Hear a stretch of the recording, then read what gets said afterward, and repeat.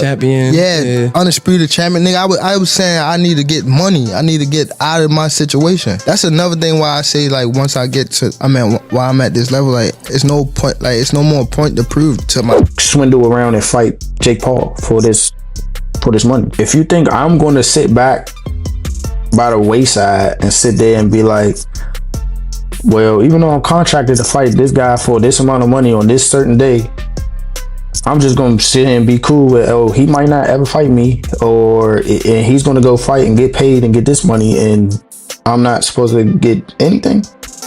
Gervonta Tank Davis has finally opened up about the real reason he picked Jake Paul over a rematch, with Lamont Roach in it sending shockwaves through the boxing world. What was meant to be a calm decision has now exploded into controversy, especially after reports surfaced that Roach might pursue legal action, claiming Davis broke their rematch agreement. In a revealing new interview, Tank said that even if he fought Roach again, fans would have still found something to complain about. So now he says he's focused on what benefits him the most, chasing the bag, not the noise. Nah, Tank is a money fighter. Who's the bigger money fight for Tank? I don't think that's Shakur. Who else would you think? Jake Paul? Yeah, for sure, but I'm not even talking about fake boxing. Like, for sure, he gonna do that if that's... But something feels different about Tank this time. His usual fire seems distant, like his mind isn't fully in the sport anymore. In his latest comments, he admitted that this mindset shift began right after his fight with Roach ended in a draw.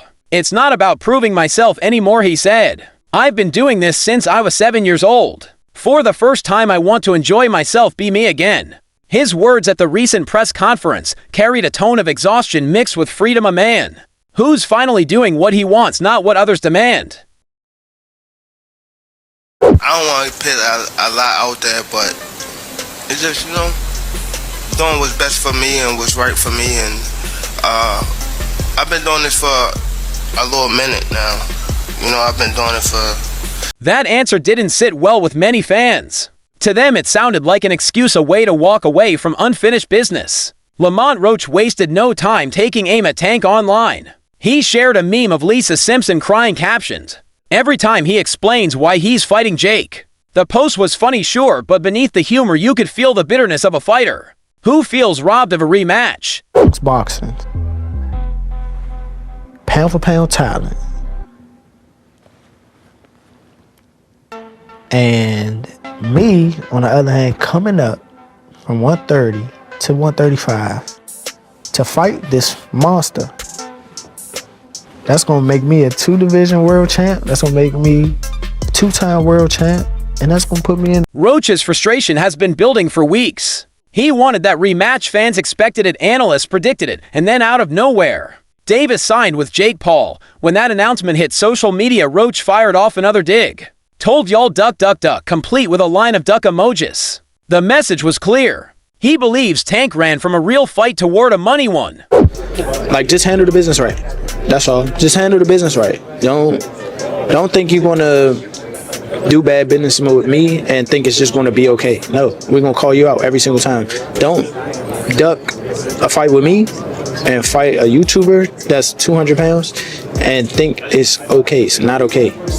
I don't care what, unless you took the proper. But what looked like a personal feud has now turned into a business chess game. Roach recently broke his silence, revealing whether or not he plans to take legal action against Davis. In an interview with Inside the Ring, he admitted that while he could go to arbitration, he won't. "No, we're not doing that," Roach said calmly. "I've been taken care of." He didn't specify what that meant, but his tone made it obvious. Someone paid to keep things quiet. Where to go to arbitration, then what? Then you got to pay lawyer fees, or you put your promotional company in a hole where they have to back you because technically it's on them. They're the ones who putting on the fight. That's who I have the contract. That's who draws up the agreement, the contracts, or whatever the case may be. So, like, you know what I'm saying? Like, it's crazy for you to do business-wise. Shortly after, Roach publicly thanked Al Heyman, PBC, and Davis's management team for resolving things privately. They made it right, he said. Even though Tank messed up, his people handled it. That statement all but confirmed a financial settlement behind closed doors. It's how the boxing world works when a superstar like Tank shifts course. Powerful hands move quickly. to patch up the cracks. It don't look like that's gonna happen. For everybody that keep asking me, everybody be on every single boxing page, boxing source, you hearing it from the horse's mouth, it might not happen, or most likely not gonna happen for sure. Same, but I think he dodging that. Dodging God's plan. You know what to do, Rich. If you want to fight or you don't. Simple. That's it. For Davis, this isn't about ego, it's about evolution. After decades in the ring, his motivation isn't the same. He's been champion, headline act, and global name. Now he's thinking about legacy in a different way, one that includes peace, money, and freedom. The Jake Paul fight is his way of cashing in before walking out on his own terms. But this decision has sparked a bigger question: has boxing itself changed so much that the prize now matters more than the pride? Him and Tank Davis weren't friends. Him and Tank Davis weren't cool. They didn't really know each other like that. They were just cordial. This is a different cry from what he said about Tank Davis leading up to his first fight with Tank Davis. And I believe this because he realized how out of pocket he has been. He realized that, well, let me make it seem like it's not as out of pocket to shit on him after he gave me an opportunity. Interestingly, not every fighter is judging him. Shocker Stevenson, one of the sport's rising voices, said he gets it. Tank's just being smart, Shocker explained. If he took the rematch and lost, his value drops. But fighting Jake now, that's guaranteed money. He's not defending the move, he's just being real. Can you blame a man for taking that opportunity? Because this is prize fighting, right? It's about making money and securing your family. Can you fault him for that? It's two sides of that. Like, okay. It just depends. Like, as a fighter, just because I had a draw with somebody, for me, I may run it back. But in a business aspect, if you run it back and you lose to Lamont, and then came Terrence Crawford's take, and it hit harder than any punch. Jake's too big for Tank, Crawford said flatly. That's not an easy fight. Coming from one of boxing's purest technicians, that warning carried weight. Crawford wasn't clowning Tank. He was warning him. The difference in size, reach, and natural weight could turn what looks like an exhibition into a dangerous experiment. What's your instant reaction to that? I don't know what's going to happen with a 135-pounder going up against a 200-pounder. I think it's not a real fight. Jake just too big. Tank ain't gonna be able to get in from that jab. Jake land one good punch on Tank. But not everyone is criticizing Tank's move. Rolando "Rolly" Romero defended him publicly, saying people forget fighters are human. You can't blame Tank, he said. He's got a family to feed. It's a blunt but honest truth. The same fans who cheer when boxers risk it all often vanish when those same fighters fall broke. Rolly's message: let Tank make his money while he still can. You can't be mad at somebody for doing what they feel is best for them. Will it impact Tank's legacy if Jake Paul were like to beat him or even like knock him out? Dude, Tank's a 3-division world champion, 4-time 3-division world champion. At the end of it, bro, you can't take any. Tank's trainer Calvin Ford echoed that same sentiment. To him, the Jake Paul matchup isn't a betrayal, it's a business move. We controlled every term, gloves, weight, everything, Ford said. It's about safety and leverage. From their side, this isn't about Roach anymore. It's about positioning Tank to finish strong. It's business, Ford repeated, and in boxing, business always wins. My only concern is, the gloves. You understand what I'm saying? Because we don't fight in 12-ounce gloves. We don't use 12-ounce gloves. That's training gloves, you know what I'm saying? I'm like, that's 2 pounds away from Jake. He fights in 10s. Still, Roach doesn't sound ready to let go. In recent interviews, his tone has shifted from calm to calculated. He hasn't filed anything yet, but he keeps hinting that legal action isn't off the table. What hurts him most isn't losing a fight, it's losing fairness. He feels boxed out by the politics of money. The sport he believed in suddenly looks rigged for the rich. Jake Paul brings something to media and to boxing. You cannot miss a fight. I like it, baby. I like the drama it's bringing, I'll be honest. But honestly, nobody really cares about this fight. Yeah, are you going to watch it? Yeah, of course. That's how it's going to go. Nobody really cares, but everybody's going to watch it. Even promoters are weighing in. Eddie Hearn, never one to dodge tough questions, said it best: you can't really blame Gervonta. There's $5 to $7 million for Roach or $30 million for Jake Paul. What do you pick? It's harsh math, but it's reality. Boxing has always been about the prize, but in today's era, spectacle has become the prize itself. It's kind of weird because Jake Paul is extremely bigger than Tank, and I mean, but with it being a exhibition, it makes sense. It's fine. He got it. And yet, the more money enters the ring, the blurrier the sport becomes. This fight might not even count toward official rankings. The gloves, rounds, and rules are all customized, designed more for show than scorecards. For Davis, that's fine. He's not chasing belts anymore, he's chasing freedom. And if that freedom comes wrapped in millions, so be it. Gio's world, facts. That's why Tank wants to fight Jake Paul. I'm telling you, he want to fight Jake Paul because he know if he climb in the ring with Shakur Stevenson, he's going to get zapated. This whole story reflects a shift that fighters like Teofimo Lopez see clearly. Speaking to Knockout Artist Sports, Lopez said Tank's decision doesn't stain his legacy at all. He's already proven himself, Lopez said. Now it's about securing his future. Fighters don't fight forever. He even joked, "May the best man lose." Beneath the humor was respect for a man ending his career on his own terms. What do you think of Jake Paul, Gervonta Davis? I know on Instagram you called it a circus. Yeah, this boxing is slowly turning into the WWE. That's what I think. Does Tank Davis have a chance?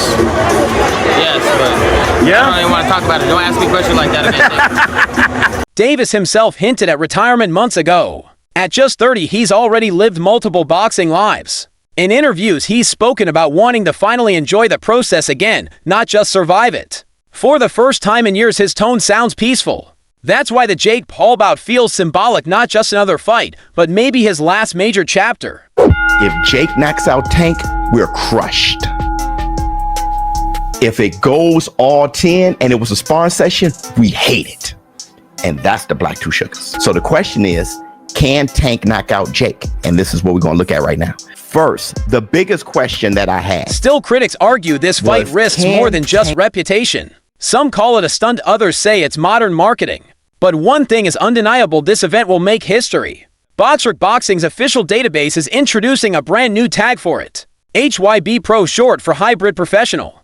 It's a category built for fights that blend entertainment with competition, something that's never been officially done before. He's a marketing genius, but when it comes to people that picking his fights, I can't get my head around it.